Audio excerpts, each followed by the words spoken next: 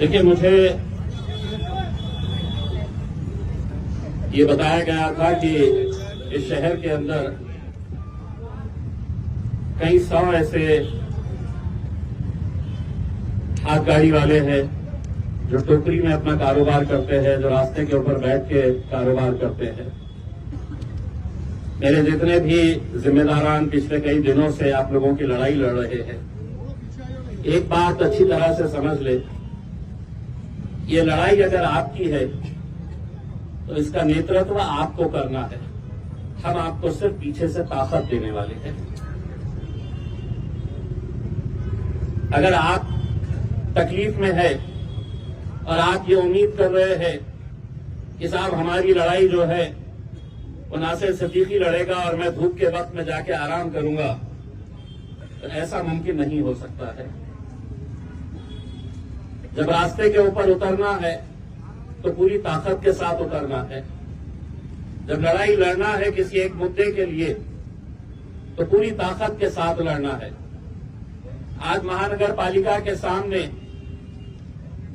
ये जो आंदोलन रखा गया है, ये 2 दिन पहले मुझे बताया गया था कि क्रांति चौक से हाथ गाड़ी का एक मोर्चा निकाला जाएगा और महानगर पालिका तक आएगा। लेकिन नासिर भाई ने मुझे बताया कि पुलिस ने परवानगी नहीं दी। परवानगी इसलिए नहीं दी कि देश के उपराष्ट्रपति धनखड़ साहब यहां पर आने वाले थे, मुख्यमंत्री साहब यहां पर आने वाले थे, इसीलिए आपको इजाजत नहीं मिली। मैं पुलिस डिपार्टमेंट से ये कहना चाहता हूं कि इस देश के अंदर जीने का अधिकार जितना धनखड़ साहब को है और देवेंद्र फडणवीस साहब को है, उतना ही अधिकार ये कामगारों को है, ये फल फूल बेचने वालों को। ये मरे चलेगा, ये लाठियां खाए चलेगा, लेकिन धनखड़ साहब आ रहे हैं तो हमने ये आंदोलन नहीं करना चाहिए। ये तो शुक्र है मैं मुंबई में था, वरना रैली क्रांति चौक से यहां नहीं आती, धनखड़ साहब को पकड़ने के लिए जाती, देवेंद्र फडणवीस साहब के पास जाती। क्योंकि ये लड़ाई जो है ये कानून और गैर कानून की लड़ाई है। हमें यहां पर बैठने की जरूरत ही नहीं है अगर महानगर पालिका पूरी ईमानदारी के साथ कायदे की चौकट में रहकर काम करे। कहां है कानून की किताब? शोएब साहब, किताब दे दो, बोलना उनके पास ही।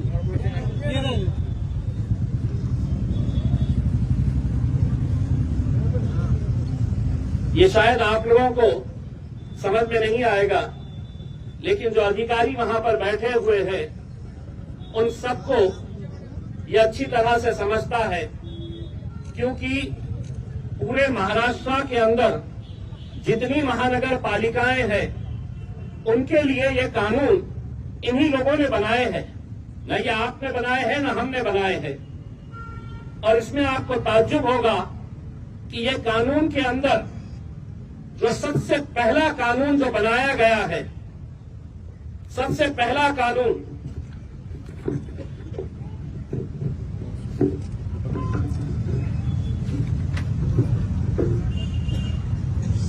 ये 1 नंबर के ऊपर है, the street vendors protection of livelihood and regulation of street vending act 2014।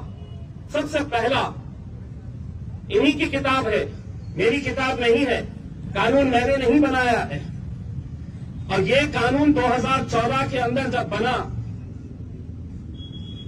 उसके बाद 2019 के अंदर जब आप लोगों ने मुझे लोकसभा के अंदर भिजाया तो मैंने ये बात दिल्ली के अंदर उठाई थी कि आपने कानून तो बना दिए हैं, लेकिन आज एक सच्चाई ये है कि कोई भी ठेले वाला सम्मान के साथ अपना कारोबार नहीं कर सकता है।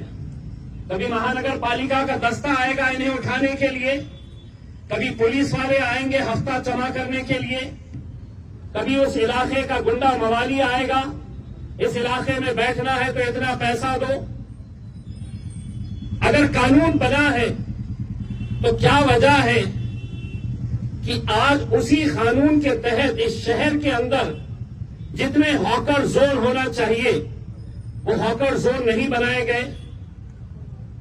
14,000 से ज्यादा, जिस तरीके से नासिर साहब ने बताया है, हॉकर्स का रजिस्ट्रेशन हुआ है। क्या आप लोग उसके अंदर हैं? मैं आपको बताता हूं, यहां के अधिकारी और आपका जो ठेका लेने वाले आपके नेता हैं, इन लोगों ने अलग अलग नाम से रजिस्ट्रेशन करवाया है। क्यों? कि सरकार ने इसी कानून के तहत प्रधानमंत्री स्वनिधि योजना जो बनाई कि ये गरीब है, एक टोकरी के अंदर ये मौशी अपना कारोबार कर रही है, ये कारोबार अगर बढ़ाना है तो सरकार ने पहले इसे 15,000 रुपये लोन देने का तय किया उस स्कीम के जरिए। वो 15,000 रुपये ये वापस करती है तो और ज्यादा इसे लोन दिया जाएगा। ऐसा करते करते 50,000 रुपये तक का लोन ये हाथ गाड़ी वाले, ये टोकरे में, ये रास्ते के ऊपर बैठने वाले जो कारोबारी है, उनके लिए ये सरकार ने ये स्कीम निकाली।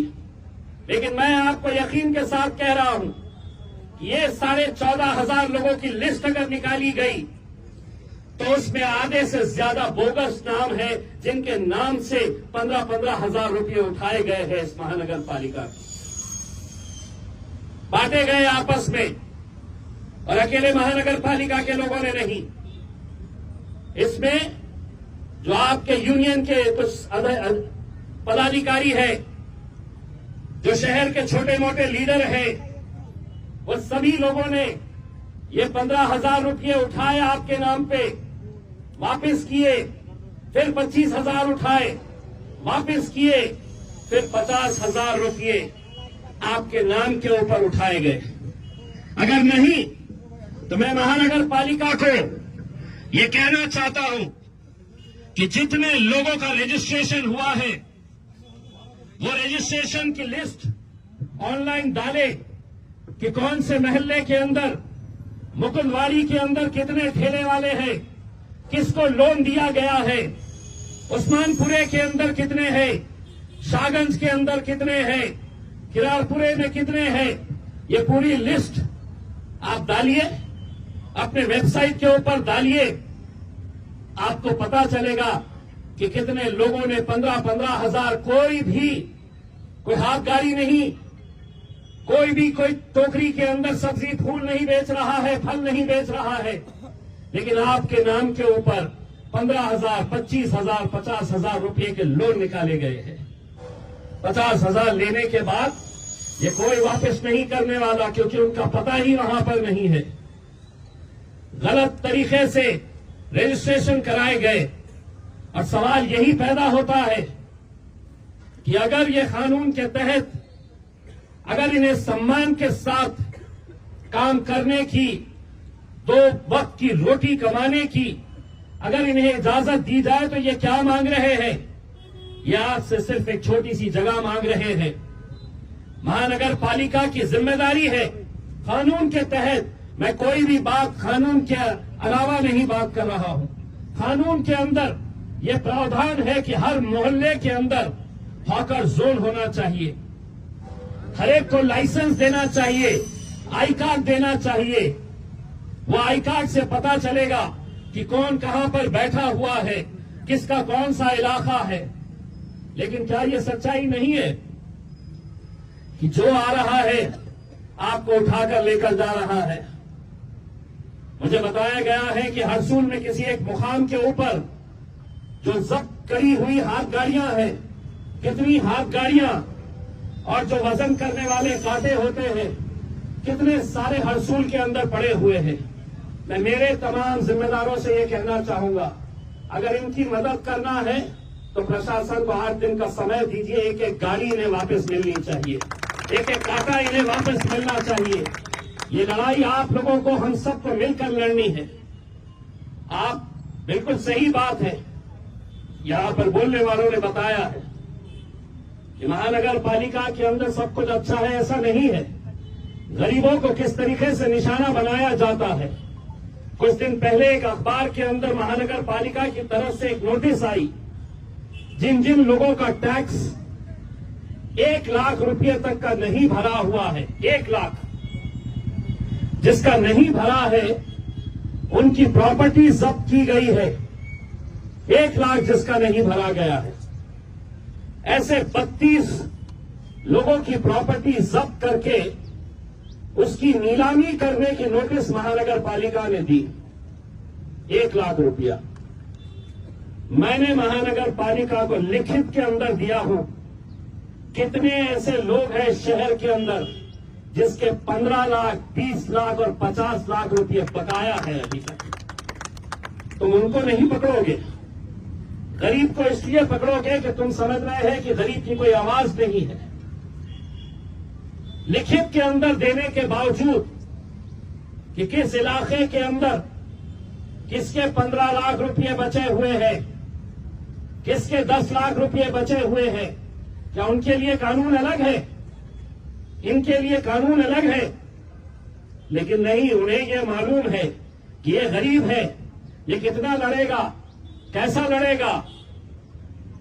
लेकिन आपको मैं यकीन दिलाना चाहता हूं, कोई आए ना आए आपकी लड़ाई लड़ने के लिए, ये जितने खड़े हुए हैं मेरे साथ, ये आधी रात को आपके लिए खड़े रहने के लिए तैयार रहेंगे। मुझे खुशी है कि आपकी लड़ाई के लिए जिस तरीके से ये लोग अपने अपने इलाके के अंदर गए, मोहल्ले मोहल्ले के अंदर गए, और आप लोगों से यही अपील की कि ये लड़ाई हम लड़ेंगे आपके साथ मिलकर। हम भी चाहते हैं, हमारा क्या मफाद है इसके अंदर?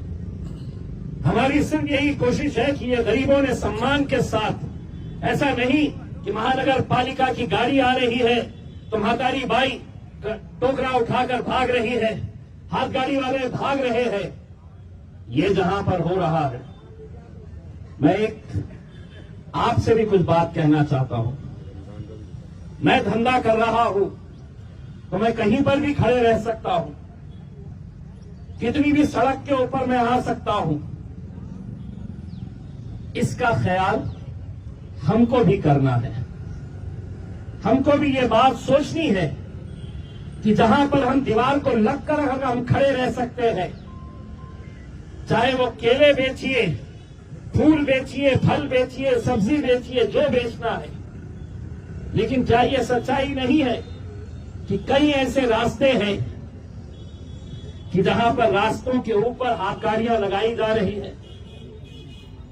अगर हम इनका समर्थन नहीं कर रहे हैं महानगर पालिका, तो ऐसी हरकतों का भी हम समर्थन नहीं करेंगे। क्योंकि कानूनी लड़ाई हम उसी वक्त लड़ सकते हैं पूरी ताकत के साथ कि जब हम अपने नियमों के अंदर रहेंगे। यकीनन आज इनके पास कोई भी उन्होंने हॉकर जोन नहीं तैयार किया है, इसीलिए ये डर डर के कारोबार आपको करना पड़ रहा है। लेकिन हम महानगर पालिका के अधिकारियों से अनुरोध करते हैं कि आप जब तक हॉकर जोन नहीं बनाते हैं, तब तक आपने ये जो मिलिट्री इन लोगों के ऊपर छोड़ रखी है, वो मिलिट्री को अंदर ही रहने दीजिए। और अगर इसके बाद इस शहर के अंदर आप अगर सही जगह के ऊपर खड़े रहे, हम आएंगे लड़ने के लिए। अगर इसके बाद अगर ये मिलिट्री वाले किसी एक गाड़ी को भी पलटी किए, फल फूल सब्जी अगर जमीन पर फेंकी गई, तो जवाब उन्हें कैसा मिलेगा ये अच्छी तरह से समझ लेंगे। हम यकीनन कायदे कानून का पालन करना चाहते हैं, लेकिन हम लोगों को भी बड़ी जिम्मेदारी के साथ, हमें तो 2 वक्त की रोटी कमानी है, 2 वक्त का खाना हमें कहां से मिलता है? आप जब सुबह सुबह निकलते हैं, धूप में बैठते हैं, चाहे बारिश हो चाहे ठंडी हो, आपकी सिर्फ फिक्र इस बात की रहती है कि आज के दिन मैं कारोबार अगर करूंगी या करूंगा तो मेरे घर का चूल्हा जलेगा। सम्मान के साथ आप भी काम करिएगा। यकीनन अगर कोई कायदा कानून तोड़ेगा तो हम उसके खिलाफ जाएंगे। आप लोग भी ये समझ लीजिएगा कि मजलिस आपके साथ पूरी ताकत के साथ खड़े रहेगी। और ये लड़ाई सिर्फ हमारी ऐसा नहीं है। कभी उनके पास भी जाओ जो सिर्फ 5 साल के अंदर आपको नजर आते हैं, 5 साल के बाद आपको दिखाई देते हैं। उनके पास भी जाइए, उनसे भी कहिएगा कि ये लड़ाई जो असरार लड़ रहा है, शारिक लड़ रहा है, नासिर लड़ रहा है, समीर लड़ रहा है, साबिर भाई लड़ रहे हैं, विकास येड़के लड़ रहा है, ये लड़ाई के अंदर सब लोगों को आने की जरूरत है। मैं आप लोगों से सिर्फ इतना अनुरोध करना चाहता हूं कि जो मेमोरेंडम आज महानगर पालिका के आयुक्त को, कमिश्नर को दिया जाने वाला है, उसमें हम कोई ऐसी मांग नहीं रख रहे हैं। हम उनसे कह रहे हैं कि किसी इलाके के अंदर अगर 10 हाथ गाड़ी वाले 20 टोकरा लेकर बैठी हुई हमारी मौसी, हमारी माएं, हमारी बहनें अगर बैठी हुई है तो उनको सम्मान के साथ कारोबार करने का अधिकार दीजिए। बस यही मांग है हमारी।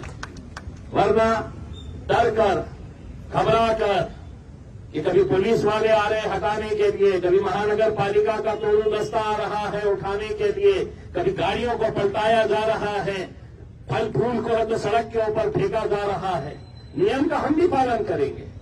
यकीन मानिए, अगर एक मर्तबा जगह आप लोगों को दे दी गई और उस जगह से हटकर अगर कारोबार होगा तो शायद उस लड़ाई के अंदर हम भी शामिल नहीं हो पाएंगे।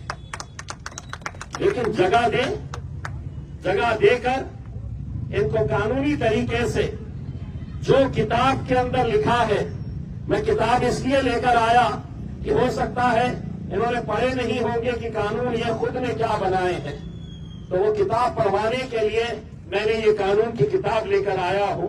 और उम्मीद करता हूं कि हमारा जो डेलीगेशन वहां पर जाए तो वो किताब साथ में लेकर जाए और उन्हें भी ये बताए कि ये कानून के अंदर सबसे पहला कानून जो है कोई अमीरों के लिए धन्ना सेठों के लिए नहीं है। सबसे पहला कानून बना है तो ये गरीबों के लिए बना हुआ है, जो कष्ट करके, मेहनत करके दो पैसा कमाने वाले हैं। रमजान का महीना आ रहा है, सभी के लिए ये रमजान के महीने में 2 पैसे कमाने का मौका मिलता है। लेकिन आप लोगों की जिम्मेदारी है, हमने अपने तौर के ऊपर ये तय कर रहे हैं कि हम कहां पर ऐसी रमजान की मार्केट को बना सकते हैं जहां पर पब्लिक को भी तकलीफ नहीं होनी चाहिए और आसानी के साथ आप लोग जो माल लेकर आ रहे हैं वो माल बड़ी आसानी के साथ बिकना चाहिए, अच्छी जगह उसको मिलनी चाहिए। इसके बारे में भी हम चर्चा कर रहे हैं। आप लोगों का साथ रहेगा तो यकीनन ये रमजान के महीने को हम बहुत अच्छी तरीके से, बहुत अच्छी जगह के ऊपर हम लोग ऑर्गेनाइज कर सकते हैं। मैं मेरी पूरी टीम जो इस आंदोलन को कामयाब करने के लिए पिछले कई दिनों से मेहनत कर रही है, मैं उन सभी लोगों का शुक्रिया अदा करता हूं और उम्मीद करता हूं कि ये लड़ाई आपकी अकेले की नहीं रह गई है।